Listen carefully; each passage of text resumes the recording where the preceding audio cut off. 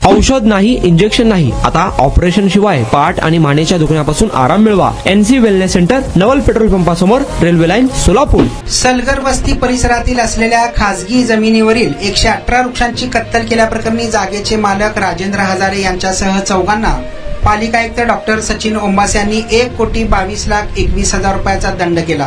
हा दंड 15 दिवसात भरण्याचे आदेश देण्यात आले आहेत. सलगर वस्ती वृक्षतोडी प्रकरणी पालिकेने जागा मालक राजेंद्र हजारे आणि शिवानंद पाटील यांना नोटीस बजावली.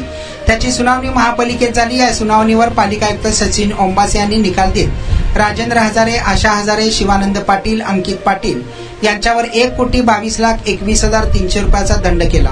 हा दंड 15 दिवसात भरण्याचे आदेश दिले. दंड भरला नाही तर त्या जागेच्या 7-12 उतार्यावर त्याचा बोजा नोंद करण्यात येणार असल्याचे आदेशात नमूद करण्यात आले आहे.